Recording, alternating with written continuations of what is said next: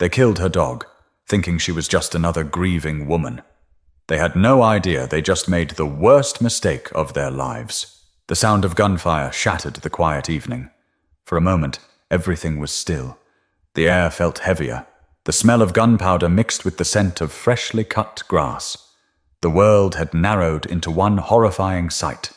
King, her dog, her protector, her only family in this quiet neighborhood, lying motionless on the pavement.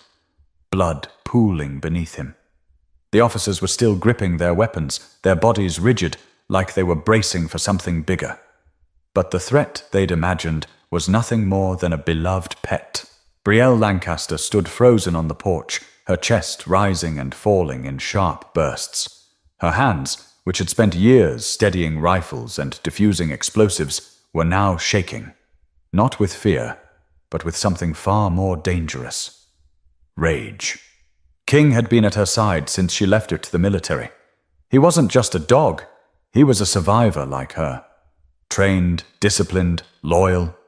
He didn't lunge, didn't growl. He was the last connection to the life she had built after years in combat, the only living thing that had been with her through the worst nights when sleep wouldn't come, when memories clawed at her mind.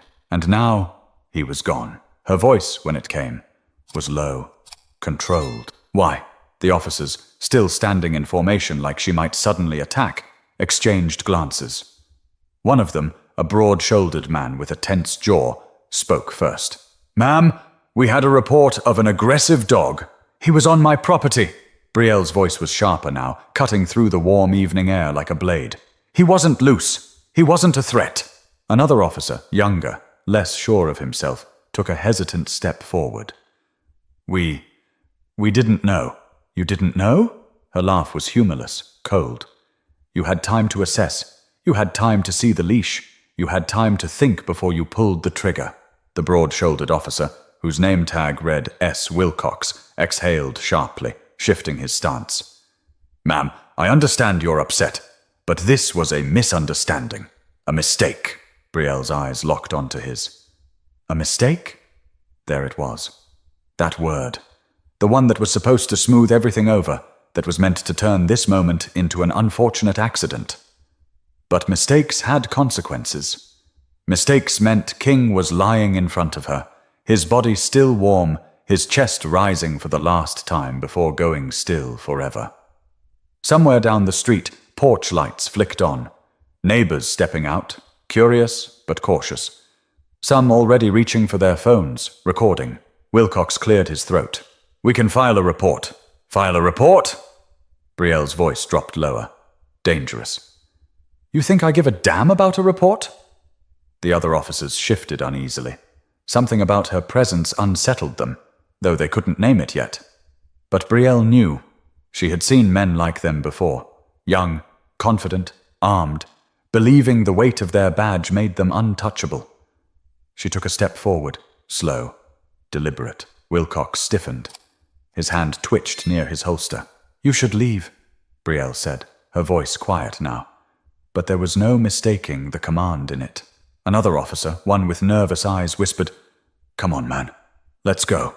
Wilcox hesitated. Then, without another word, he jerked his head toward the patrol car. The officers retreated, leaving behind nothing but the stench of gunpowder and the mess they had made. Brielle stood there, watching their car disappear down the street, her hands clenched at her sides.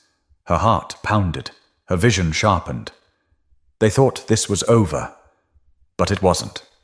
They had no idea who they had just crossed, but they were about to find out. Brielle didn't sleep that night.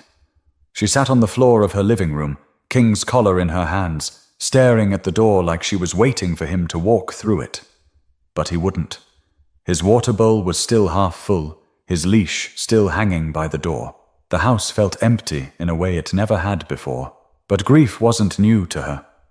She'd lost people before, friends, brothers in arms, soldiers who never made it home. She knew how to compartmentalize, how to push through. This wasn't combat, but it was war. At dawn, she showered, dressed, and walked out the door with a purpose. The local precinct wasn't far, and she didn't bother calling ahead.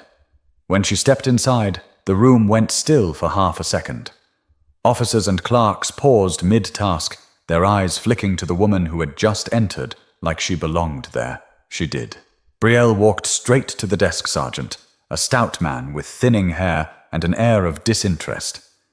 His nameplate read, R. Mathis. I need to speak to your commanding officer. Mathis barely looked up. You'll need to file a formal complaint. Brielle placed her palms on the counter, leaning in slightly. That wasn't a request. Now he looked up. His expression shifted, just a flicker, but she caught it. There was something about her that made people sit up a little straighter, listen a little closer. Still, he reached for a form and slid it across the counter. You can fill this out, and I'm not here to fill out paperwork. I'm here for answers. Mathis sighed, shifting his weight. Look, lady, I don't know what you think marching in here is gonna do, but mistakes happen. It's unfortunate, but Brielle's fingers curled into a fist. She took a breath. What's your protocol for discharging a firearm on private property? He hesitated. Your officers entered my yard and killed my dog without cause. That's reckless discharge of a weapon and destruction of property at the minimum. If they fired near pedestrians, it could be criminal negligence. You want to tell me again that this was just a mistake?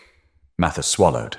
A door opened in the back, and a voice cut through the tension. Is there a problem here? The man who stepped forward was in his 50s, graying at the temples, but still built like a man who saw action once. His uniform bore the name Captain Richard Holbrook. Brielle turned to him. You tell me. Holbrook studied her. He wasn't dismissive like the others.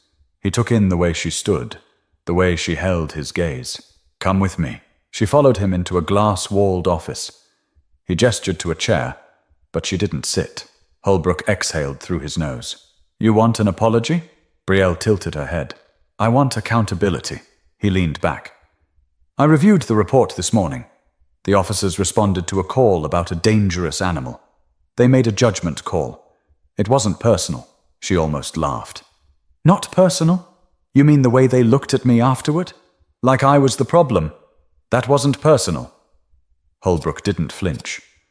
I understand your anger, but these things happen. There it was again. That phrase. That excuse. Brielle's jaw tensed. I'm not going away. I want the body cam footage. I want a full investigation. Holbrook sighed. You know how this works. Internal Affairs will review it, and if there was misconduct, we'll handle it. She leaned forward slightly. That's not good enough. He tapped his pen on the desk, thinking. Look, Lancaster, Captain Holbrook, she interrupted, her voice cold. I served 20 years, 4 tours overseas. I know what actual threats look like. I know what fear looks like. Your officers weren't scared of my dog. They were trigger-happy. Holbrook's expression darkened. I can't let you come in here making accusations. Then do something about it. For the first time, his confidence wavered. Then he straightened. File your complaint. That's the process. Brielle exhaled through her nose. He wasn't going to budge. Not yet.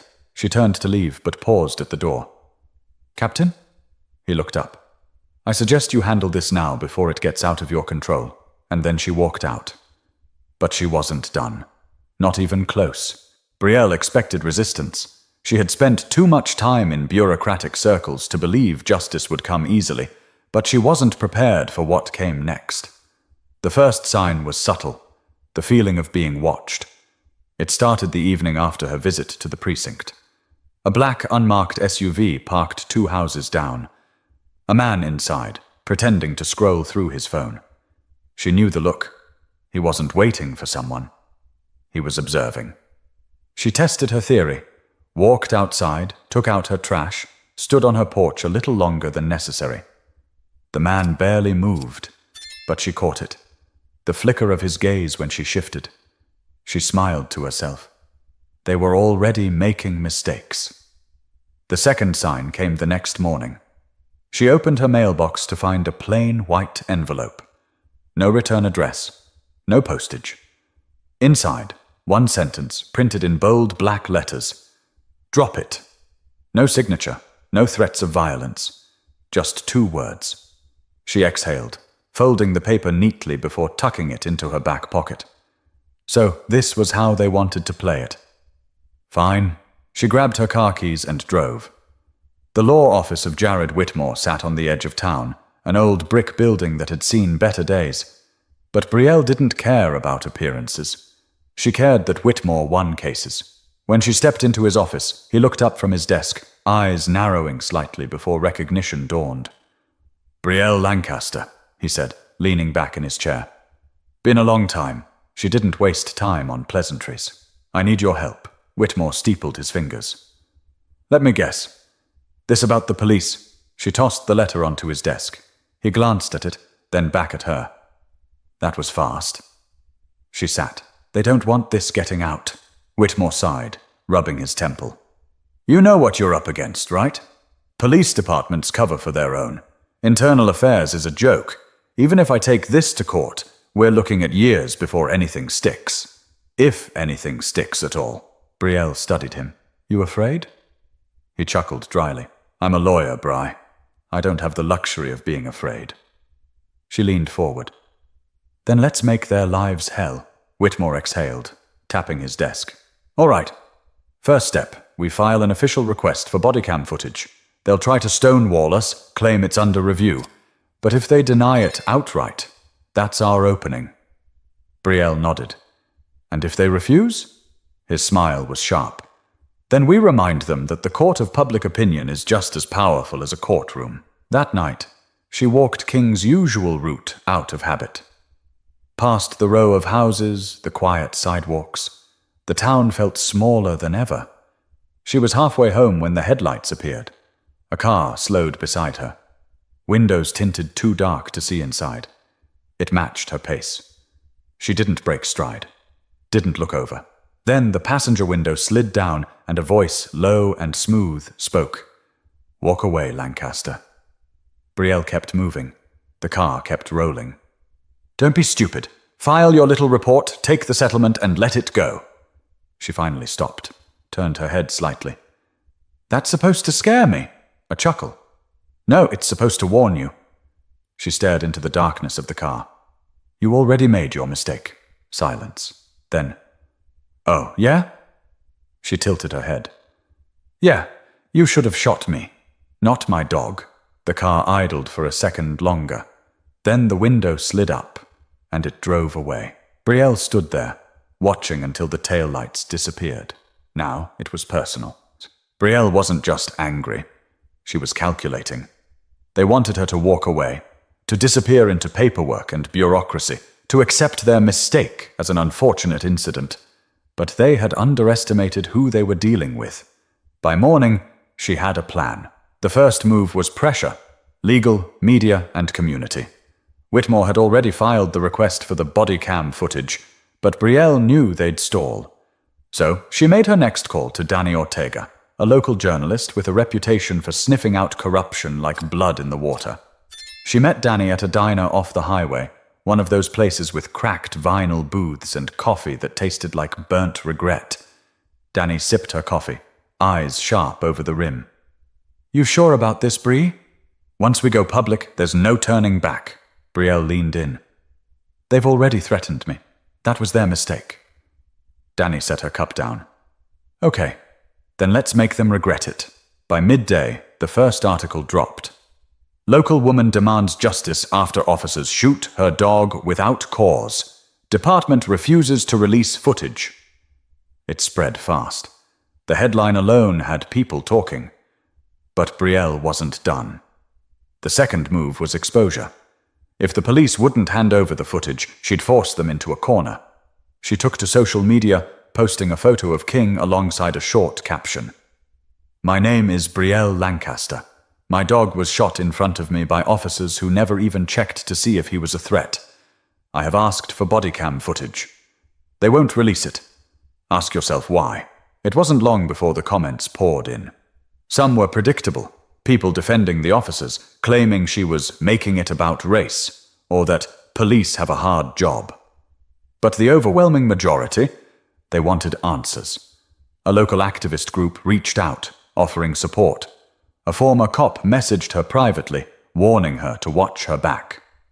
Then came the third move, direct pressure on the department. She went back to the station. This time, she wasn't alone. A small group had gathered outside, neighbors, reporters, even a few strangers who had read her story. Whitmore was already there, arms crossed, waiting. As soon as she stepped inside, Captain Holbrook was there to greet her. But there was no welcome in his expression. "You've made quite the spectacle," he said, voice low. Brielle didn't blink. "Then give me what I asked for."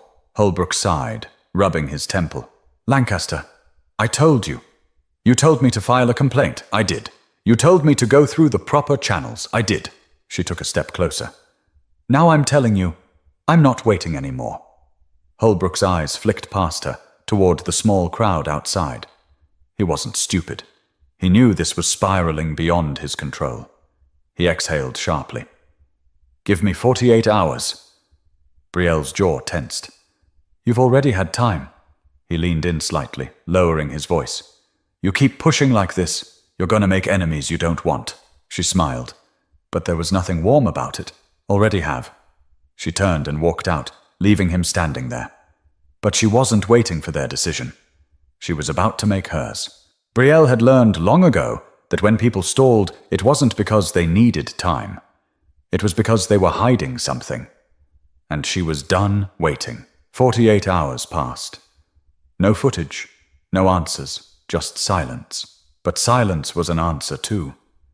It meant they were scrambling. It meant they were afraid. That night, she parked 2 blocks away from the precinct, dressed in dark jeans and a jacket that concealed more than just the cold. She moved through the side streets like she had done in places far more dangerous than this. The security cameras weren't a problem. She had studied the angles during her last visit. She approached the side entrance, pulled her phone from her pocket, and made the call. "Whitmore," he answered, voice groggy. "I need you to get a judge on the phone," Brielle said quietly. There was a pause. "Brie, it's almost midnight." "Then wake them up." Another pause, then a sigh. "What are you about to do?" She didn't answer. The side door opened, just like she expected. Officer Marcus Givens, a rookie who still had the naive belief that good cops existed in bad systems. He had reached out to her earlier that day, a short text. "I wasn't there that night, but I heard things. They're covering something up. I can help." Now he stood in the shadows, looking over his shoulder before stepping aside to let her in. "You have 10 minutes, he whispered. "If they catch you in here, I don't know you." She nodded. "You never did." Givens led her through the dimly lit hallway, past empty desks and silent radios. He stopped outside a locked door. "The footage is in there," he said. "They pulled it from the system. Probably thought you'd never get this far." Brielle pulled a small device from her pocket, an old military trick, a portable signal disruptor. She pressed the button, cutting off security feeds in a 5-minute window. Givens handed her a keycard. "You've got to hurry." She swiped the card. The door clicked open. Inside, rows of monitors lined the walls, a server humming softly in the background. She moved quickly, scanning labels until she found it. "Incident Report 7456, Lancaster Residence." She inserted a flash drive, downloading the file. The progress bar crawled forward. "Come on, come on." Then she heard it. Footsteps. Givens tensed. "Someone's coming." The download hit 100% just as the door handle turned. Brielle ejected the drive, slipping it into her pocket. Givens moved first. "Captain," he said, stepping into the doorway, blocking her from view. "Holbrook." His voice was low, tired. "What are you doing here, Givens?" "Just finishing up some paperwork." Silence. Then, "You seen Lancaster lately?" Brielle's fingers curled into a fist. Givens hesitated. "Not since she came by earlier." Holbrook didn't answer right away. Then he sighed. "Go home, kid." A beat of silence. Then the sound of retreating footsteps. Brielle exhaled slowly. She slipped past Givens and down the hall, moving quickly but smoothly. No sudden movements. No hesitation. She stepped into the night air, just as Whitmore called back. "I got your judge," he said. "What do you have?" Brielle slid into her car, staring at the flash drive in her hand. Everything. And now, it was time to finish this. Brielle sat in her car, the weight of the flash drive in her palm. This wasn't just about King anymore. It wasn't just about her. This was about power. Who had it? Who abused it? And who they thought they could silence. But they had chosen the wrong woman. She didn't drive home. She drove straight to Dani Ortega's apartment. When Dani opened the door, she was already dressed, coffee in hand, like she had been waiting for this moment. "Tell me you have something." Brielle walked in, tossing the flash drive onto the counter. "See for yourself." Dani plugged it into her laptop, fingers flying across the keyboard. Then the video played. They watched in silence. The footage showed it all. The officers arriving at her house. The way Wilcox barely looked at King before pulling the trigger. No warning, no hesitation. And worst of all, the seconds afterward, when they realized their mistake but never once tried to help. Then came the part that made Brielle's stomach turn. The moment Wilcox looked at his partner and muttered, "We'll say it charged. No one will question it." A deliberate cover-up. Dani exhaled sharply, pressing a hand to her mouth. "Jesus." Brielle's hands curled into fists. "They knew. They always knew." Dani nodded, already grabbing her phone. "I'm running this now." The story broke by sunrise. Bodycam footage exposes officer-involved shooting cover-up. Police fabricated report. The response was immediate. Social media erupted. News outlets picked it up. Protesters gathered outside the precinct, demanding justice. Brielle stood in the crowd, watching as Captain Holbrook stepped onto the station steps, looking like a man who had lost control of the fire he tried to contain. He cleared his throat, addressing the press. "The department is launching an internal investigation." "Too late for that," Dani muttered beside Brielle. Holbrook shifted, visibly uncomfortable. "Officer Wilcox has been placed on administrative leave pending—" "Arrest him!" someone in the crowd shouted. Brielle didn't say a word. She didn't need to. The weight of the truth had already done its damage. Then Whitmore stepped forward, his voice carrying over the noise. "Captain, let me remind you that falsifying a police report and obstructing justice are criminal offenses. And since we've already sent this footage to the state attorney's office, I suggest you act fast." Holbrook swallowed hard. The pressure was working. And by that evening, Wilcox was in handcuffs. Brielle stood in her backyard that night, staring at the empty spot where King used to sit. Justice had been served, but it wasn't victory. Nothing could bring King back. Nothing could erase the pain. But maybe, just maybe, it meant the next time something like this happened, the system would think twice before protecting the guilty. Dani's voice broke the silence behind her. "What now?" Brielle took a deep breath. "Now? I make sure they don't do this to anyone else." Dani smirked. "You thinking about a new career?" Brielle let out a dry laugh. "Let's just say, I'm not done fighting." She turned, walking inside. Because there was always another battle. And this time, she'd make sure they saw her coming. Your voice matters. Speak up, fight back, and never let them tell you to walk away. If you believe in justice, subscribe for more stories that hold power accountable.